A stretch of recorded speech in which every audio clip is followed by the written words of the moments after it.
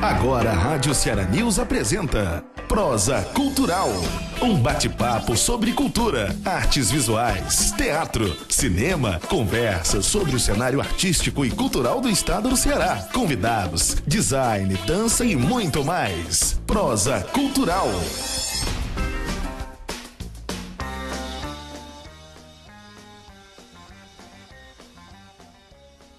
Olá, boa tarde, quase noite.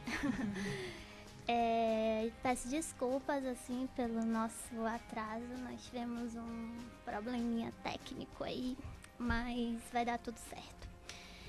E hoje está começando o nosso Prosa Cultural, terça-feira, dia 30 de outubro. E lembrando que o Prosa Cultural é um programa sobre cultura local, então a nossa proposta é sempre prosear, conversar com quem faz cultura no nosso estado.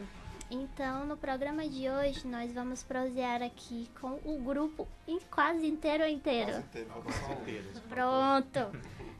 O grupo Pavilhão da Magnólia. Olá, gente. Abre um pouquinho a câmera, tá? E aí, galera, tudo bem?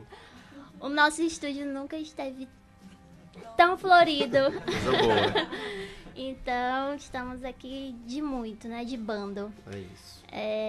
E nós vamos conversar aqui com o ator e diretor do grupo, o Nelson Albuquerque.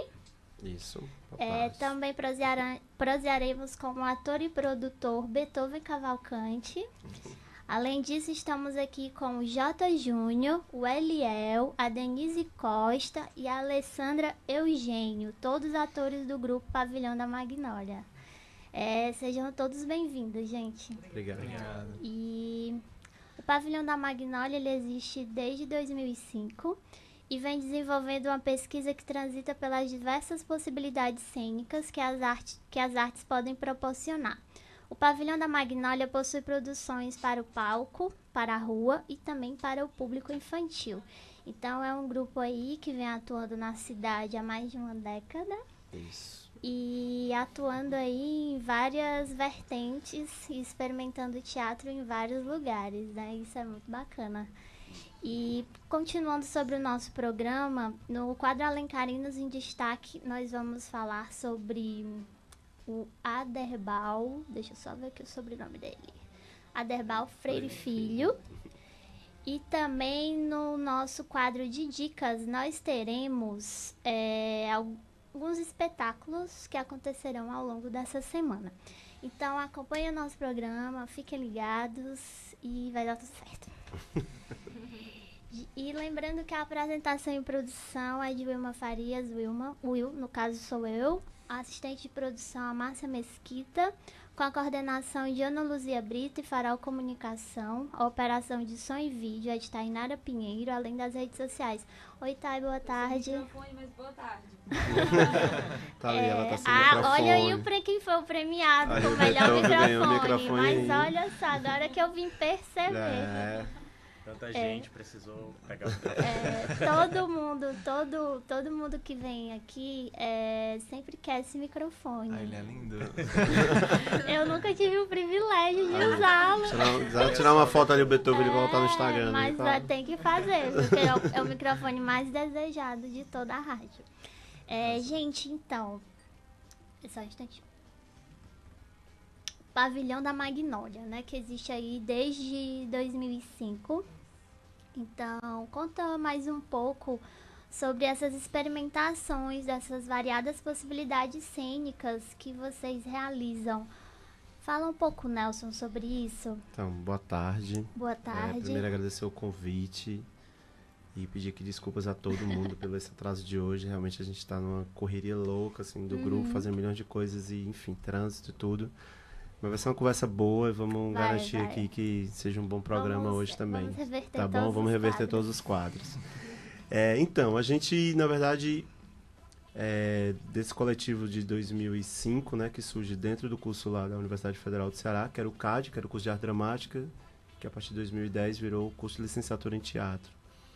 Então, a gente tem dois momentos dentro desse espaço do teatro universitário. Primeiro, quando surgiu o grupo, e aí após 6 anos, a gente volta lá fazer uma residência onde, na verdade, todo mundo aqui participou um pouco dessa residência lá no Teatro Universitário. E aí, assim, a gente tem essa questão do grupo, ser esse grupo que produz os seus trabalhos, que dialoga com diretores convidados, e aí vem essa questão das experimentações. A gente, né, dentro do nosso repertório, a gente tem um repertório hoje atuante com 4 espetáculos. Desses quatro espetáculos, são 3 diretores convidados, e desses diretores tem aí uma linha de pesquisa, um olhar, uma vivência teatral deles, e aí a gente também acabou experimentando essas vivências com eles em cada trabalho. Foi assim com Hector, no Baldio, em 2015, né, que é o espetáculo hoje em repertório mais antigo. Sim. Depois a gente fez o Ogroleto, que é com o diretor Miguel Velhinho, que hoje reside no Rio e é diretor da companhia Pecode. Uhum. E aí, em 2016, a gente faz 2 parcerias com a companhia Prisma de Artes, Sim. que é um grupo aqui também da cidade de Fortaleza, e novamente com o Hector, já fazendo um trabalho de rua chamado Urubus. Uhum. E o último trabalho, chamado Maquinista, a gente estreou agora em 2018, foi a diretora convidada Eriaquino, que é do Grupo Expressões Humanas, também aqui de Fortaleza, que também fizemos esse seu trabalho, que esse mescla, além do palco e a rua, e tem uma questão da musicalidade, digamos, mais aflorada, assim, todo mundo toca e canta, né, galera? Então a gente... E dança, né? Então, assim, essas experimentações, ela é um pouco dessa cara do grupo, desses encontros que a gente teve no Teatro Universitário. E aí depois a gente foi reverberando em outros espaços das cidades, isso foi acontecendo também, esses experimentos, assim, por isso um pouco dessa gama de possibilidades que os trabalhos têm, né? Sim, daqui a pouco nós vamos Tá, falar volta aí pra aí. todos os detalhes de todos esses espetáculos aí que você pontuou.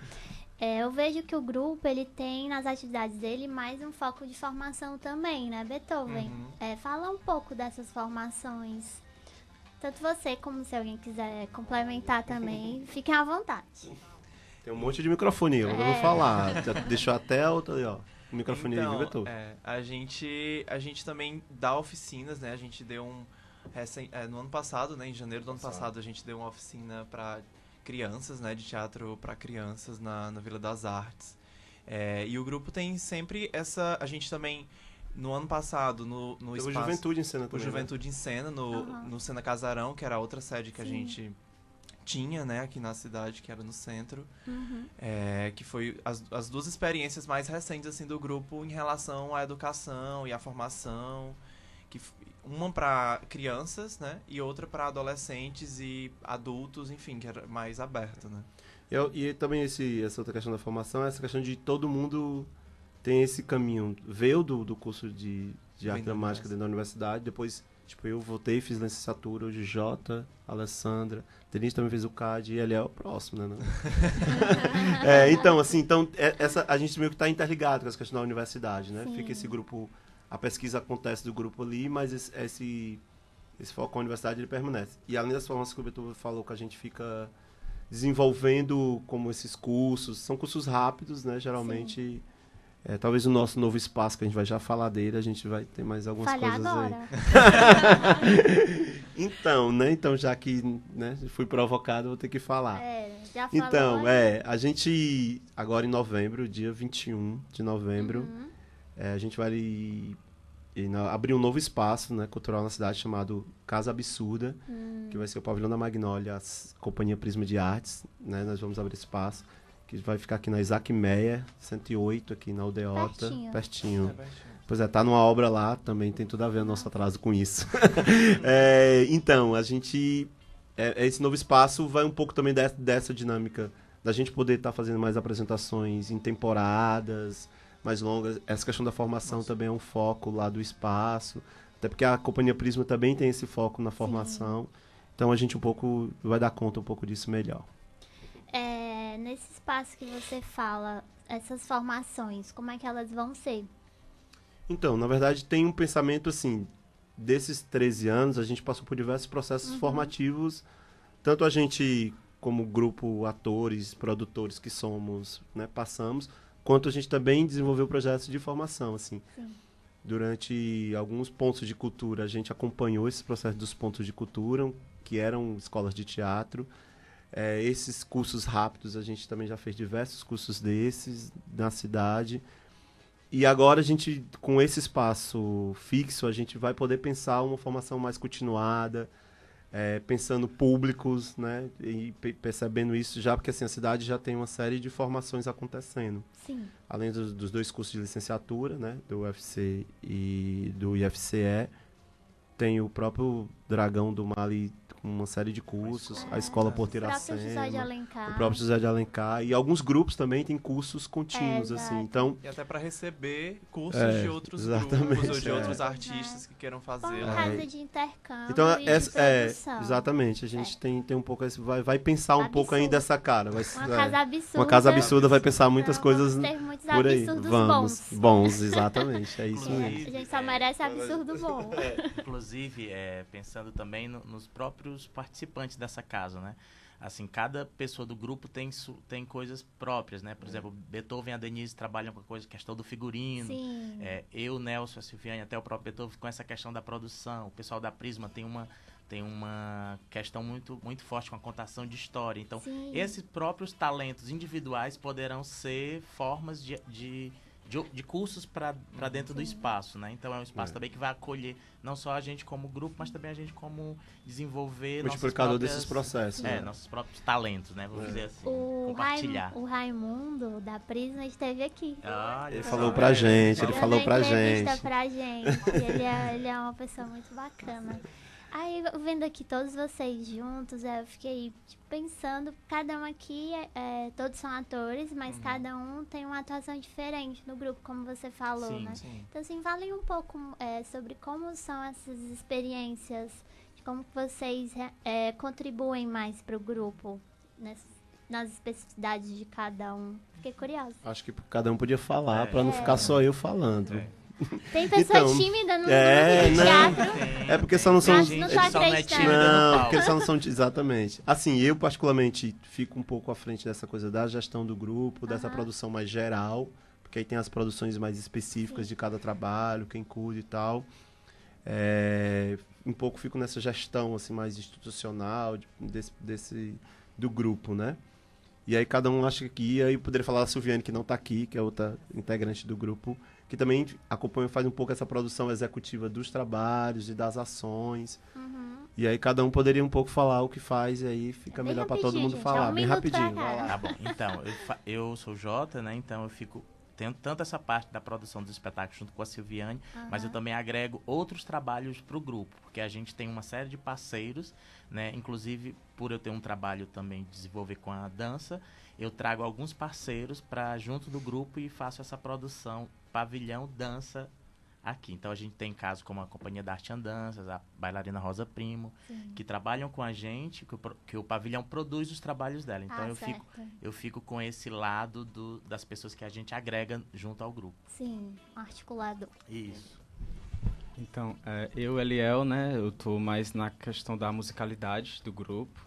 Sim. E nessa parte mais técnica, né, que como eu lido muito com instrumento, né, aí eu vou experimentando várias coisas de cabo, de não sei o que, tô mais nessa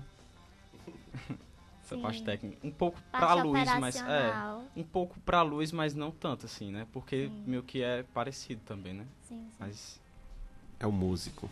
Ele é o músico. Boa tarde. Boa tarde. Eu sou a Denise, eu fico mais na parte de preservação do figurino, né, de conservação, não de criação, né? O espetáculo estreia, então fica nessa parte de zelar pelo figurino, de cuidado. Não só que já se está estreando, mas o que já passou, né? Então essa conservação da memória do figurino do grupo, né? E assim, para quem não conhece muito bem essa parte por trás, né, das cortinas, principalmente da criação de figurino, acho que todos esses pontos são muito importantes. O figurino, ele tem com certeza. Um quê a mais, né? Assim, como é a criação de figurino de vocês? A gente pode falar assim, que de espetáculo para espetáculo, né? O maquinista, digamos, né? Foi o Rodrigo Ferreira. Vocês convidam a criação, pessoas diferentes. É o convite, exatamente. É porque vai depender de, por exemplo, cada diretor desse, dependendo como ele concebe o trabalho, da pesquisa que está levando.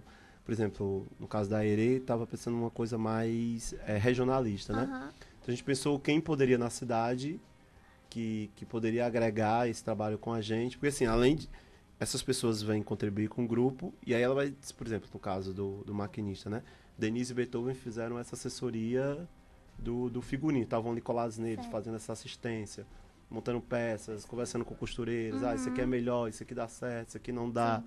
Então, cada trabalho vai tendo um olhar para cada elemento da cena, né? Como a gente chama. No caso, a gente, desde 2013, tem um iluminador fixo, que a gente chama, que é o Wallace Rios, que todos os trabalhos desde 2013, ele é o nosso iluminador. Mas nas outras partes de figurinos, cenários, cada trabalho vai demandando pessoas. Demanda uma coisa específica. Uma coisa específica que a gente um pouco procura na cidade, os parceiros que possam entrar com a gente assim, nesses pensamentos. Eu sou a Alessandra. Eu cuido das redes sociais do grupo, das páginas e eu te respondi. É você que me respondeu, né? Além de você atuar, você responde às pessoas. Redes sociais, eu converso mais pelas redes sociais. Tá joia. É bacana a gente pensar esses modos colaborativos dentro de coletivos, de grupos e tal. Então é sempre bom apresentar, né? Agora vamos falar dos espetáculos. Vamos. Eu só antes, desculpa, só um adendo que é bacana, assim.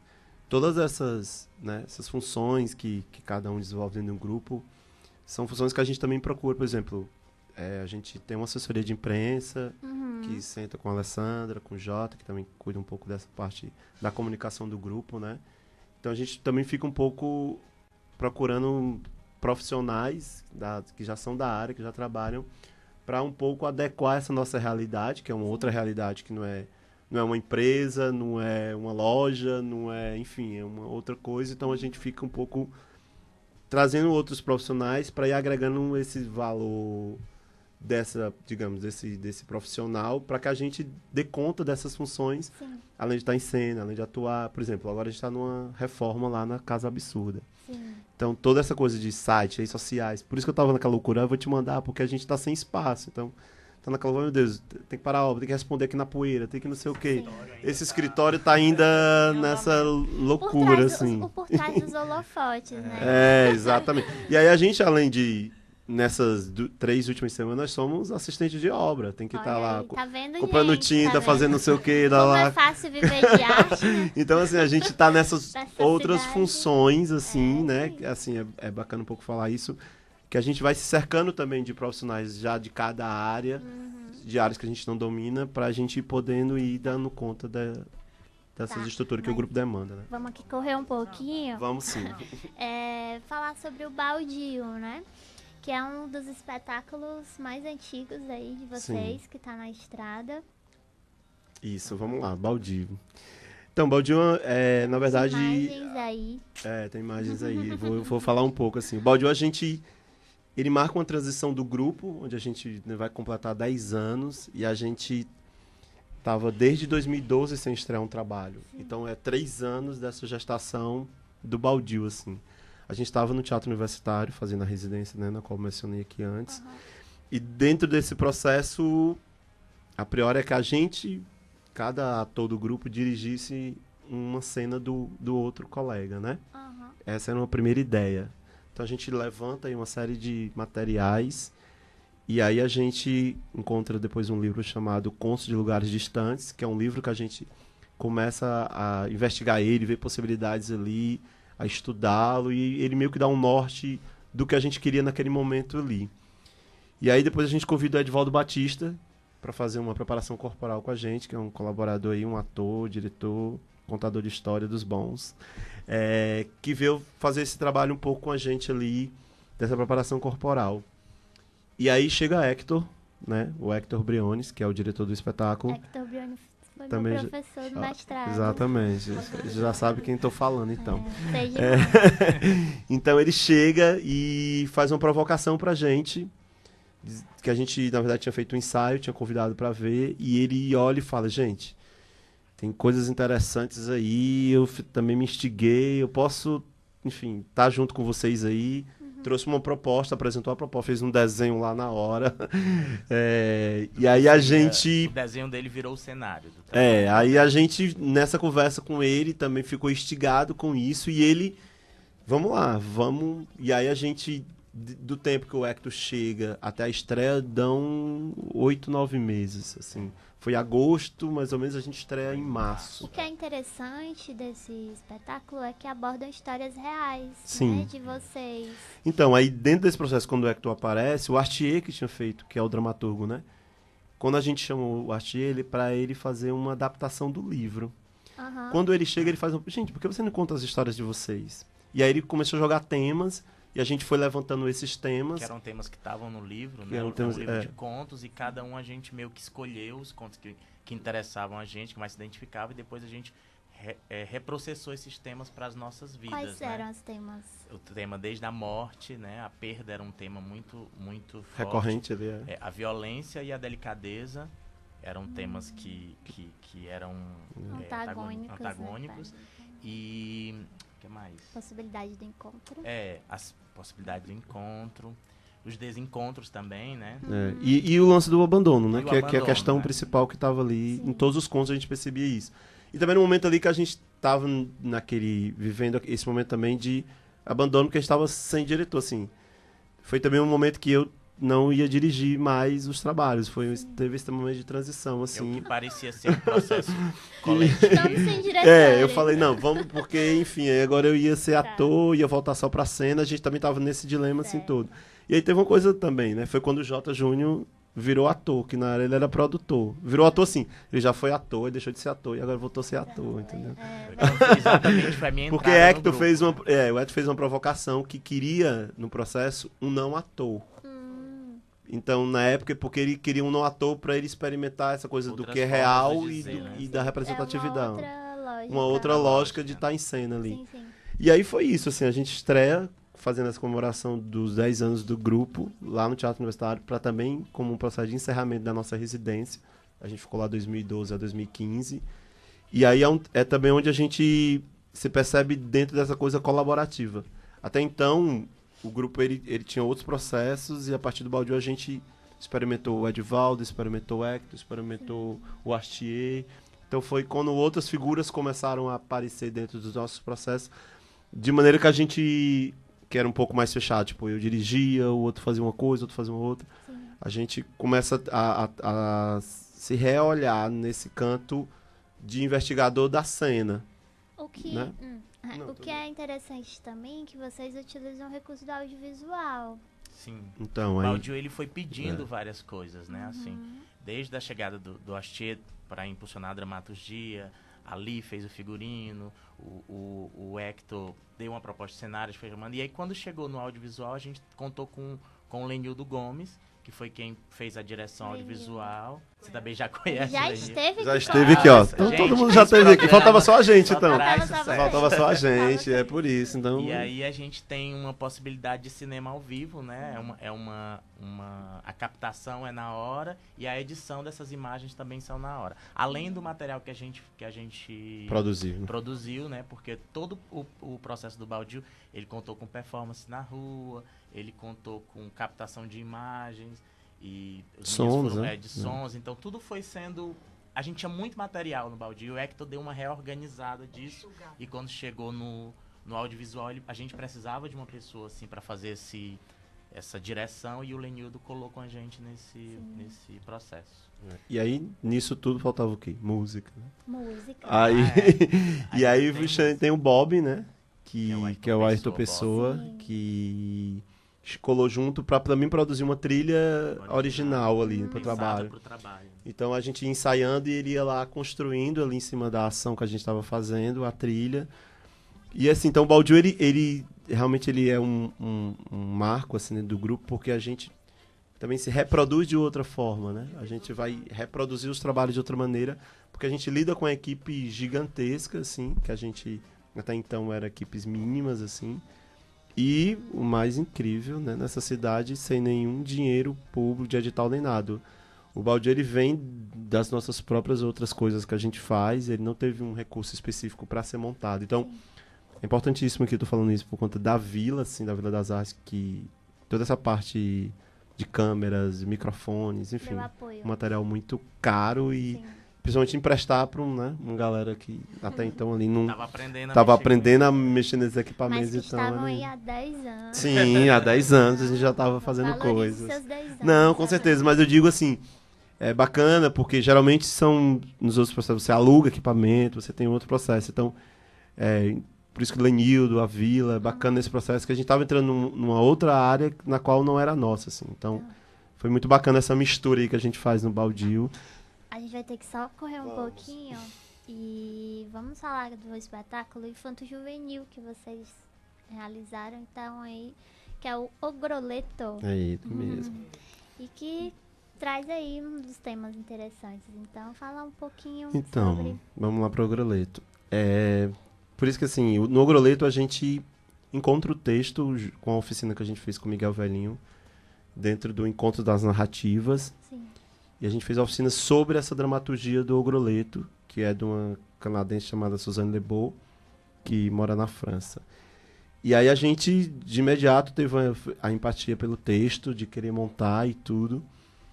E aí a gente ficou esse tempo de quase um ano para conseguir a liberação, para, enfim, começar a montagem em si. E enfim, é um trabalho que, como a gente chama assim, ele é estranho pela temática que ele traz. Ele vai tratar de morte, ele vai tratar de sangue, ele vai tratar dessa trajetória de um herói, digamos, não um herói perfeito, um herói disneyiano, vamos assim chamar, né? Que vai acabar tudo feliz e vai ser maravilhoso. Distorce. Não distorce, é o ser humano, né? Nenhum final é tão... Ele traz a realidade. Então a gente, na verdade, no Ogroleto, aí o enredo é esse, ele é um pequeno ogro, que não sabe que é ogro, que vai poder conviver com isso, e que o prato que ele come crianças, ele vai para a escola, onde tem crianças. Como é que ele vive assim? Então, esse é o enredo do trabalho, e aí ele vai lidando com todas as questões das diferenças, porque ele é muito grande, enfim, com todos os nossos pequenos ogroletos que temos dentro da gente. Todos nós. Quando a gente tá na escola, que a gente chega, acha que é o diferente, o cabelo assim, sou dessa cor, uso óculos, sou gordinho, sou não sei o quê. Então, tá aí ali uma série de subtemas ali que lida com esse dia a dia das crianças e com essa dificuldade que é sair de casa e lidar com esse mundo novo que é a escola e com todos os seus problemas que ali vão surgir ali. E aí tem essa coisa maravilhosa da Suzane, que ela eleva para esse canto, né, da fantasia, que é essa coisa dessa criança que fica ali naquela agonia com aquela mãe. Outra coisa, é um outro tipo de família, que é só a mãe e o filho, né? Os outros pais, enfim, estão em outras dimensões. Então, o espetáculo ele trata dessas questões que, com certeza, o pai, quando vai embora, vai ter que mediar muita coisa. Sim. O pai vai ter que dar conta de uma série de perguntas que a criança vai fazer, com certeza, de volta do teatro para casa. E também um pouco esse nosso local de não estar também só reproduzindo, enfim, os contos, as histórias, cada um tem suas importâncias, não estou aqui tirando importância de nada, mas nós, enquanto pesquisa do grupo, da gente mesmo, enquanto... O que é que a gente quer conversar com as crianças de hoje, né? Então, falar sobre essas temáticas que muitas vezes em casa não se conversa, ou se conversa de uma outra forma, se de outra forma, no teatro ali a gente, enfim, provoca isso, a gente também não responde nada, a gente só provoca as questões. Só traz questões. E deixa lá pros pais ir conversando. Já ligaram pra gente pedindo o Ogroleto 2. Não é a Netflix. Mas a gente não é a Netflix, a gente não vai dar Vamos conta. Vamos fazer uma campanha para ter o Ogroleto 2. Mas é um pouco isso, é um trabalho que... E aí, assim, uma das questões, assim, é um trabalho que estreia em 2016. E que até então a gente tá nesse... Ano que vem a gente quer estrear um novo trabalho infantil, que já demos aí alguns passinhos para que ele venha, não tem nome, não tem nada. Então não vou dar nenhum furo aqui, que não tem ainda nada. Mas já tem ideia, já tem concepções, mas assim, a gente vem um pós-Ogroleto, né? Então, como continuar a nossa trajetória enquanto grupo, conversando com as crianças pós-Ogroleto, né? Como que a gente vai isso? Para acrescentar aqui ainda do Ogroleto, que eu sei que a gente tem que pular muita coisa, mas que o Ogroleto também ele inaugura um outro patamar do grupo. O Ogroleto ele o grupo conseguiu alcançar outros lugares, né? Sim. O Ogroleto foi o nosso trabalho que mais viajou, sim, que participou de mais festivais. Então é importante que essa aposta que a gente fez nesse trabalho, que é estranho, mas foi um trabalho muito arrojado. Prêmios. Exatamente. Teve o reconhecimento de prêmios e teve o reconhecimento de furar o Ceará, né? De ultrapassar o Ceará, que isso é importante para um grupo de teatro, que é ser visto, né? Que é participar de outros, outros espaços, conquistar outros espaços. É de extrema importância. Gente, vamos aqui falar rapidinho. Vocês vão escolher Urubus ou Maquinista? Eita, dilema, né? Talvez melhor seja Urubus, porque Urubus a gente vai em dezembro fazer uma temporada todas as quartas-feiras, as 3 primeiras quartas de dezembro, no Teatro José de Alencar dos Urubus. Ah, é? É, todas as quartas, as 3 primeiras. Na Praça frente José de Alencar, em frente ao teatro, né? Uhum. Então a gente é bom falar dos Urubus para a gente ir esquentando aqui ele, já que ele é um trabalho que a gente faz menos, mas não quer dizer que faz pouco. Porque como ele é um trabalho que a gente fez com a Companhia Prisma de Arte, são 2 grupos. Então a gente tem uma agenda aí de 2 grupos para dar conta. É um espetáculo que são 14 pessoas.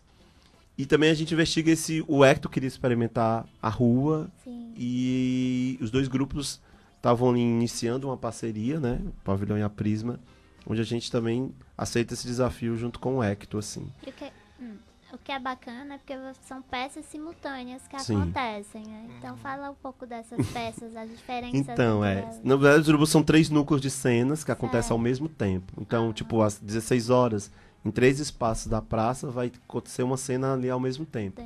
E o público escolhe que cena vê. Infelizmente, ele não vai poder ver as 3.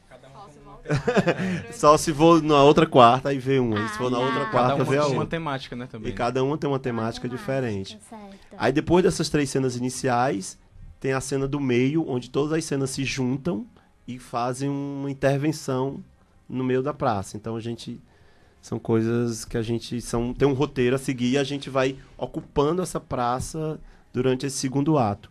E o terceiro ato, que a gente chama assim, ele é uma cena final que acontece em frente ao Teatro José de Alencar, na calçada ali. Que é um pouco a culminância dessas 3 cenas que se juntam e acontecem ali. Só reforçando aqui, Nelson, essa questão do figurino é do Joaquim Sotero. Joaquim foi lindo, né, o figurino? Pois é, o Joaquim colou junto com a gente, né, e ficou esse espetáculo aí, que é os Urubus. Aí tem uma coisa também que, assim... E outra coisa, traz essa questão dessa pureza hoje, né? Do que é limpo, dessa higienização. Então, também um pouco a cara do figurino, né? De ser todo branco. Trata um pouco dessa questão de raça, né? A gente vai falar sobre isso, né? Sobre esse processo de colonização e como isso se deu. Então, ele a priori parece ser uma grande brincadeira. Quem começa a assistir facesco, engraçado. E aí ele vai trazendo questões ali poderosas, assim, que a gente acha importante conversar, que é o que é ser negro hoje, né, nessa cidade como Fortaleza, nas cidades que a gente está. Hoje nesse país que diz que não tem racismo, que diz que não tem homofobia, que diz que não tem violência. Enfim. De extrema importância. E aí são temas que o meio ambiente, que ninguém suja, que todo mundo, né, tá tudo limpinho, tá tudo ok, ninguém polui nada. Então... A gente traz todas essas questões no trabalho de uma forma, como já colocou, irônica, facesca, e a gente vai... Aos poucos vão percebendo. Vai levando isso como se isso não fosse com essa corte, tá por né? trás dessa corte que está ridicularizando. Tem uma corte aí que não dá muita importância para esses processos. Que é uma dança também, né? Exatamente, que aí a gente vai dialogar com essa ocupação da praça, dessa coisa mais dançada, mais cantada. E aí tem uma coisa valsa, né? Tem uma coisa do Hector, né, que o Hector é chileno. Sim. Radicado na Bahia, agora cearense. Aí o Hector tem uma coisa agora que era essa coisa dele ser da Latinoamérica. A gente não percebe muito essa coisa que o Brasil ele é apontado para a Europa, para os Estados Unidos, e como se não existisse o restante da América Latina. E aí o Hector, nesse trabalho, um pouco esse olhar, ele tenta trazer desses processos que acontecem na Bolívia, na Colômbia, no Chile, enfim, né, nos países da Latinoamérica. E a gente começa também o próprio grupo a pensar sobre isso, assim. Sim. O que é um trabalho também mais político nesse sentido. Os 2 grupos começam a assim, se investigar. Tanto que é um trabalho muito, pra gente... É desafiador fazer, porque a gente mobiliza muita coisa, assim. Tem que liberar praça, tem que liberar isso, tem que liberar aquilo. A gente lidar com a burocracia de cidades, para o espetáculo acontecer, de parar trânsito. enfim, de bombas. É uma peça intervenção. É uma peça intervenção. Quase um arrastão. Então, assim, ela nos coloca nesse patamar de produção, né? De desafio de produção, de dar conta de, meu Deus, imagina, no centro da cidade, uma quarta-feira, 5 horas da tarde, acabando o trabalho, né? É igual a gente para chegar aqui hoje, foi quase isso, assim. Isso, né? É um desafio. É uma loucura, é um desafio, assim. Gente, eu vou ter que correr pelo tempo do programa, tô morrendo de dor no coração aqui. Não tenho dor não, a gente foi culpado hoje. Pare de repetir isso. Fica aqui o convite para um outro momento, para quando a Casa Absurda estiver aí. Viremos aqui falar. Venham com o Raimundo aí, fala mais do que a gente, viu? Já fica aqui o convite para vocês retornarem com a Casa Absurda. Eu vou ter que correr aqui com pena, dor no coração. Eu sempre sou assim. Mas temos que continuar, não é, Thay? Exatamente. E vamos aqui seguindo com o nosso Alencarina em Destaque, que hoje nós vamos falar do Aderbal Freire Filho, que é um diretor teatral e apresentador de televisão. O Aderbal, ele nasceu em Fortaleza no ano de 1941 e se mudou para o Rio de Janeiro e iniciou lá a sua grande trajetória entre palcos e bastidores do teatro na cena mais contemporânea. Ele é fundador do Grêmio Dramático Brasileiro e ele prioriza o trabalho do ator como ponto de força principal na expressão cênica. O Aderbal, ele destaca-se entre os diretores brasileiros por aliar a busca constante por novas formas teatrais a uma encenação que prioriza o ator como agente principal da linguagem e da comunicação das ideias do texto. Seu primeiro grande sucesso profissional é a direção do monólogo com a Marília Pêra, Apareceu a Margarida, de Roberta Ataíde, que foi em 1973. No ano de 1983, o Aderbal dirigiu Bésame Mucho, de Mário Prata, e ganhou os prêmios Paulo Pontes e o prêmio Mambembe. No ano de 84, ele encenou Mão na Luva, que foi com Oduvaldo Viana Filho, com Marco Nanini e Juliana Carneiro da Cunha, levando também 2 prêmios, 2 Mambembes e o Golfinho de Ouro de Melhor Diretor. Participou de festivais e mostras internacionais de teatro no Uruguai e na Colômbia, onde apresenta espetáculos e orientou oficinas de direção. 6 dos seus espetáculos receberam o prêmio Inacem de melhor espetáculo do ano, entre eles Mão na Luva, que recebeu no Uruguai o prêmio Florencio de melhor espetáculo estrangeiro, de 1985. O êxito do espetáculo A Mulher Carioca, aos 22 anos, que foi um dos seus espetáculos mais elaborados, também lhe deu o prêmio Shell e pode ser considerado um dos fatores de estímulo à série de espetáculos, que na década de 1990 investigam o gênero mais épico. No início da década de 90, o Aderbal ele começou a se dedicar a personagens históricos, realizando Lampião, voltado, que é nosso, né? Não sei se é nosso, mas de todos, que é ao Herói do Cangaço, né? Que foi de 1991. O Tiro que Mudou a História, que é dele, do Aderbal, e do Carlos Eduardo Novaes. E também teve uma sobre Getúlio Vargas, no ano de 1991. Também teve Tiradentes e Confidência no Rio. E todos dos mesmos autores, que foi no ano de 1992. O Aderbal ele trabalha também fora do Rio de Janeiro, faz montagens com grupos locais, dá cursos e dirige alunos de escolas de teatro. Sua prática na criação de espetáculos combina um progressivo desenvolvimento de reflexões que dão origem a textos sobre teatro, palestras e oficinas. Então, ao longo da sua carreira, ele percorreu uma gama variada de linguagens e projetos cênicos e caracteriza-se pela ênfase e a função questionando muito essa questão essa relação do processo de criação teatral. Então é isso. Este foi o Aderbal. Mostrou, tá? Já. Maravilha. Também achei. Já que você falou, né? Vou aqui dar minha opinião também. E aí aqui o nosso quadro de dicas. Tem um espetáculo de dança Mobilis da Edisca que vai estrear agora, dia 2, sexta-feira, e segue até o dia 11 de novembro, sexta e sábado, às 20 horas e domingo às 19 horas, que será na Caixa Cultural Fortaleza. Mobilis é um espetáculo de 2003 que retorna aos palcos com a observação do que há para além da forma, aquilo que o movimento aponta, o traço insinuado, a relação entre um espaço criado e um corpo plural, composto de substância, imagem e sentidos, que se articulam e provocam associações livres. Os bailarinos se movimentam em meio a projeções de seus próprios movimentos, num bailar onde mover-se é o ponto principal. Eu já estou curiosa. Então, para quem quiser conferir o espetáculo de dança Mobilis da Edisca, lá na Caixa Cultural Fortaleza, que fica na Avenida Pessoa Anta, número 287, na Praia de Iracema. Fiquem ligados nas datas, que são 2 finais de semana. Primeiro é de 2 a 4, que é agora, de sexta a domingo, e no outro final de semana, de 9 a 11 de novembro. Lembrando que sexta e sábado os horários são às 20 horas e no domingo é um pouquinho mais cedo, às 19 horas.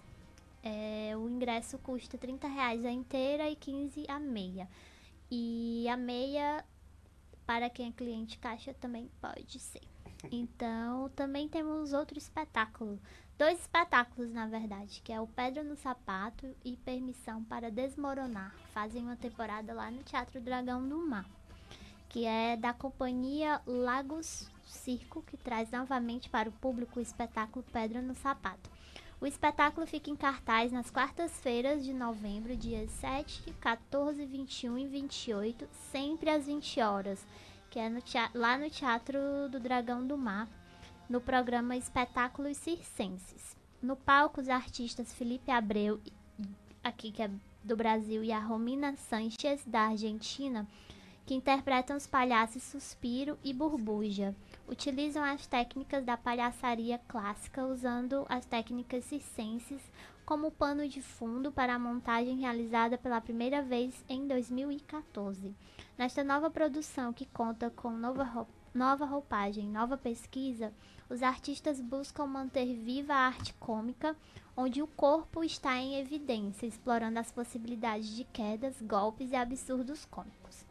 A programação também apresenta o espetáculo de abertura Permissão para Desmoronar, que é uma pesquisa de um número circense do intérprete criador Iago, do coletivo Quintal, no qual ele aborda a temática acerca dos desmoronamentos pessoais como metáfora aos acontecimentos recentes do mundo e os processos de desistência pelos quais o artista passou na sua vivência recente.